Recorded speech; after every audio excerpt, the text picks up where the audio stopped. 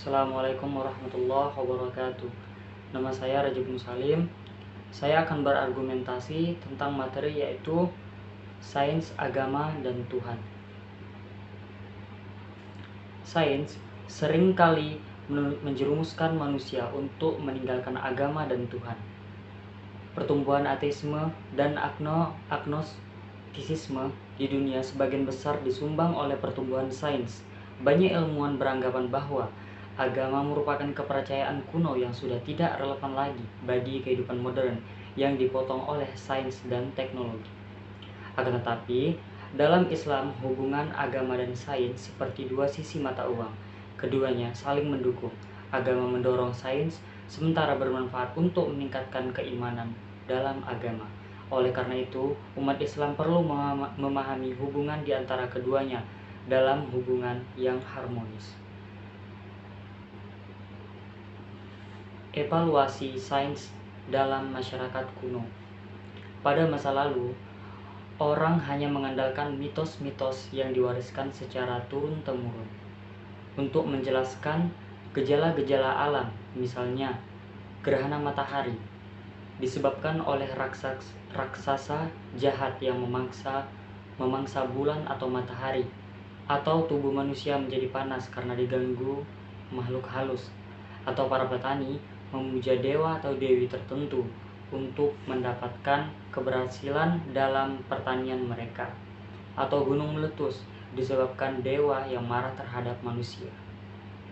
Oleh karena itu, manusia memberikan sesaji kepada para dewa agar mereka bermurah hati memberikan panen yang melimpah, atau agar para dewa tidak marah terhadap manusia melalui adanya penyakit atau bencana.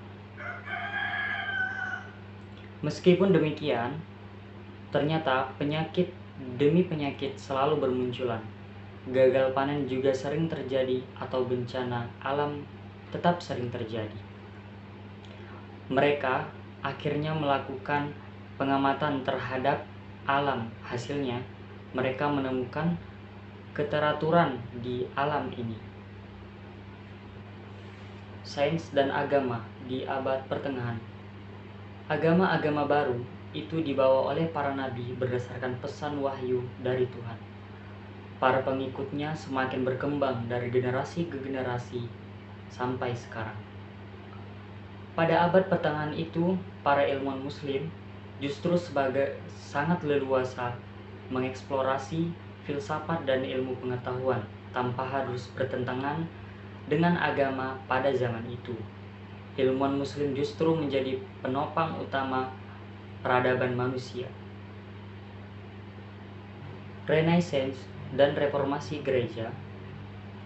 Hubungan Islam dan sains itu diadaptasi oleh gereja semenjak kemunculan gerakan Renaissance di Eropa sebagai bagian dari reformasi gereja.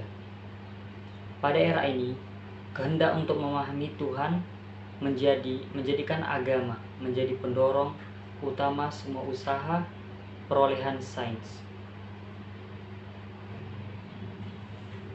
Agama dan pertumbuhan awal sains. Pertumbuhan sains melibatkan infrastruktur dan sumber daya yang memadai. Oleh karena itu, dalam sejarah sains, entitas yang memungkinkan melakukan hal itu ialah institusi, negara, dan agama. Agama dan perkembangan sains mutakhir.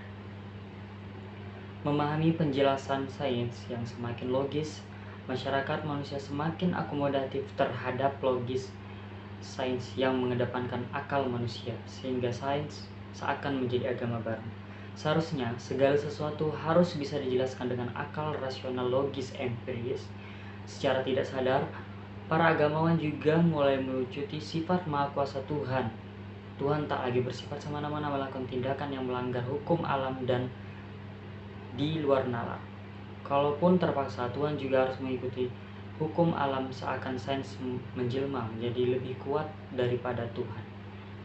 Cukup sekian yang dapat saya sampaikan. Lebih dan kurangnya saya mohon maaf.